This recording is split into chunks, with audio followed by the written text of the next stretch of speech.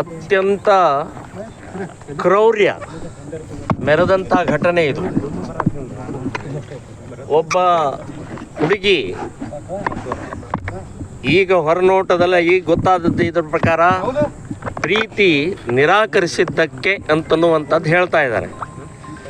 ನಿರಾಕರಿಸಿದ್ದಕ್ಕೆ ಕೊಲೆ ಅನ್ನುವಂಥದ್ದು ಇಸ್ಲಾಂನಲ್ಲಿ ಸಹಜವಾದಂಥ ಪ್ರವೃತ್ತಿ ಆಗಿದೆ. ಗದಗಿನ ಹುಡುಗಿಯನ್ನು ಕೂಡ ಒಬ್ಬ ಆಟೋ ಡ್ರೈವರ 23 ಬಾರಿ ಚಾಕುವಿನಿಂದ ಇಟ್ಕೊಟ್ಟಿದ್ದ.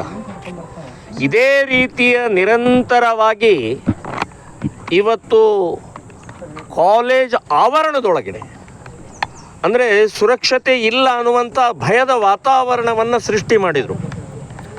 ಇವತ್ತು ವಿದ್ಯಾರ್ಥಿನಿಯರಿಗೆ ಕಾಲೇಜ್ ಒಳಗಡೆನೂ ನಮಗೆ ಭದ್ರತೆ ಇಲ್ಲ, ಹೊರಗಡೆನೂ ಭದ್ರತೆ ಇಲ್ಲ ಅಂತನ್ನುವಂಥ ವಾತಾವರಣ ಸೃಷ್ಟಿಯಾಗಿದ್ದು ಈ ಘಟನೆಯಿಂದ ಗೊತ್ತಾಗತ್ತೆ. ಇನ್ನೊಂದು ವಿಶೇಷವಾಗಿ ಈ ಘಟನೆಯಲ್ಲಿ ICS ಮಾದರಿಯಲ್ಲಿ ಅವನು ಚಾಕು ಹಾಕಿದ್ದಾನೆ ಇದಕ್ಕೆ ಕುತ್ತಿಗೆಗೆ. ಅಂದರೆ ಇದೆಲ್ಲೋ ಒಂದು ಕಡೆಗೆ ತರಬೇತಿ ಪಡೆದಿದ್ದಾನೋ ಏನೋ ಅಂತನ್ನುವಂಥ ಇದೆ. ಇನ್ನು ಸವದತ್ತಿ ತಾಲೂಕಾ ಮುನ್ನೋಳ್ಳಿಯವನು ಇವನು. ಸೊ ಮುನವಳ್ಳಿಯವನು, ಇವ್ರ ತಂದೆ ತಾಯಿ ಇಬ್ಬರು ಶಿಕ್ಷಕರಿದ್ದಾರೆ. ಇದೇ ಶಿಕ್ಷಣ ಕೊಟ್ಟಿದ್ದಾರೆ ನೀವು, ಇದೇ ಅವನಿಗೆ ಕೊಲೆ ಮಾಡೋಕ್ಕೇ ಇದು ಮಾಡಿದ್ದಾರೆ ಅವನಿಗೆ.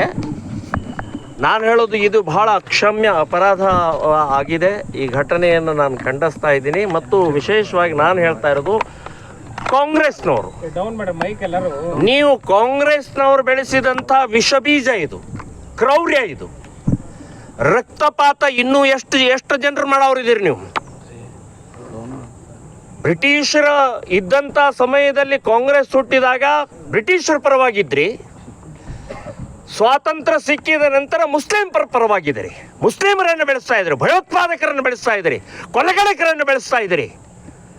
ಸೊ ಒಂದು ನೇಹ ಅನ್ನುವಂಥ ಹುಡುಗಿ, ಇನ್ನೂ ಜೀವನ ಮಾಡಬೇಕಾದಂಥ ಹುಡುಗಿನ ಅಮಾಯಕವಾಗಿ 9 ಚಾಕುವಿನ ಏಟು ಹಾಕಿ ಒಳಗಡೆ ಹಾಕ್ತಾನಂತಂದ್ರೆ ಎಂಥ ಕ್ರೌರ್ಯ ಇದೆ ಅಂತನ್ನುವಂಥದ್ದು ನಾನು ಹೇಳ್ತೇನೆ. ನಾನು ಹೇಳೋದು, ಮಾನ್ಯ ಮುಖ್ಯಮಂತ್ರಿಗಳೇ, ಕಠಿಣ ಶಿಕ್ಷೆ ಕೊಡ್ತೀನಿ ಅಂತ ಹೇಳುವಂಥದ್ದು ಹಿಂದಿನ ಸರ್ಕಾರವು ಇದನ್ನೇ ಹೇಳಿದೆ. ಇದು ಬಿಟ್ಬಿಡಿ, ನೀವು ಎನ್ಕೌಂಟರ್ಗೆ ಆರ್ಡರ್ ಮಾಡಿ.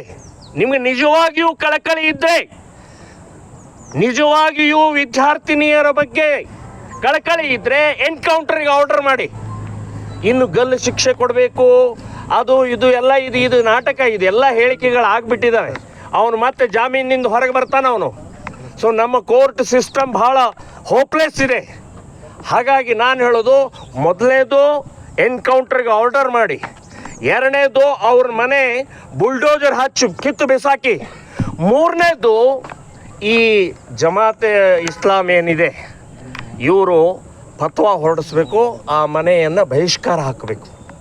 ನೀವು ನಿಜವಾಗಿಯೂ ಕೂಡ ಆ ವೇದನೆ ಇದ್ದರೆ, ಆ ವಿದ್ಯಾರ್ಥಿನಿ ಬಗ್ಗೆ ಕಳಕಳಿ ಇದ್ದರೆ ಕೂಡಲೇ ಫತ್ವಾ ಹೊರಡಿಸಿ, ಆ ಮನೆಯನ್ನು ಬಹಿಷ್ಕಾರ ಮಾಡಿ. ಇನ್ನು ಯಾವುದೇ ಲಾಯರ್ ಆ ವ್ಯಕ್ತಿಯ ಪಾಷಾಣ ಪರವಾಗಿ ಅವನ ಪರವಾಗಿ ಯಾರೂ ನಿಲ್ಲಬಾರ್ದು ಅಂತನ್ನುವಂಥದ್ದು ಹೇಳ್ತೀನಿ. ಯಾರಾದರೂ ಮುಸ್ಲಿಂ ವಕೀಲನೂ ನಿಂತಿದ್ದರೆ ಕೂಡ ಅದನ್ನು ನಾವು ಉಗ್ರವಾಗಿ ಪ್ರತಿಭಟನೆ ಮಾಡ್ತೀವಿ ಅಂತನ್ನುವಂಥ ಎಚ್ಚರಿಕೆಯನ್ನು ಕೊಡ್ತಾ ಇದ್ದೀನಿ. ಲವ್ ಜಿಹಾದನೇ ಇದು. ಲವ್ ಜಿಹಾದ್ ಜಿಹಾದ್ ಅಂದರೆ ಯುದ್ಧನೇ ಮಾಡಿದಾನೆ ಅವನು. ಧರ್ಮಕ್ಕಾಗಿ ಯುದ್ಧ ಮಾಡಿದ್ದಾನೆ. ಧರ್ಮಕ್ಕಾಗಿ ಮತಾಂತರ ಮಾಡಿ ಆ ಹುಡುಗಿನ ಲವ್ ಮಾಡ್ಕೊಂಡು ಅವನು ಮತಾಂತರ ಮಾಡುವಂಥ ಪ್ರಕ್ರಿಯೆ ನಡೀಲಿಲ್ಲ ಅಂತ ಅಂದ್ಕೂಡಲೇ ಇದಕ್ಕೆ ಉತ್ತರವನ್ನು ಅವನು ಕೊಟ್ಟಿದ್ದಾನೆ. ಲವ್ ಜಿಹಾದ್ ಪ್ರಕರಣನೇ ಇದು, ಇದರಲ್ಲಿ ಎರಡನೇ ಮಾತಿಲ್ಲ.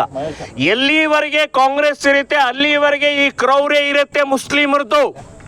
ಇದು ಸ್ಪಷ್ಟವಾಗಿ ತಿಳ್ಕೊಳ್ಬೇಕು. ಕಾಂಗ್ರೆಸ್, JDS, BJP ಅಲ್ಲ, ಅವರಿಗೆ ಕಾಫಿರು. ಯಾರ್ಯಾರು ನಾನ್ ಮುಸ್ಲಿಮ್ಸ್ ಇದ್ದಾರೆ ಅವರೆಲ್ಲರೂ ಕಾಫಿರು.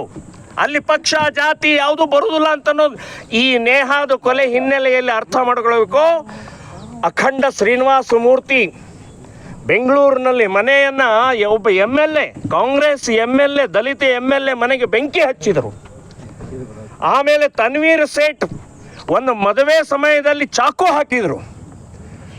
ಕೆಫೆದಲ್ಲಿ ಆದಂಥ ಘಟನೆ, ಹೀಗೆ ಅನೇಕ ಘಟನೆಗಳನ್ನು ನೋಡಿದರೆ ಇದು ಕಾಂಗ್ರೆಸ್ ಇರುವವರೆಗೆ ಈ ಕ್ರೌರ್ಯ ಇರುತ್ತೆ, ಅವರನ್ನು ಸಾಕ್ತಾ ಇದ್ದಾರೆ ಅಂತನ್ನುವಂಥದ್ದು ನಾನು ಹೇಳ್ತೇನೆ.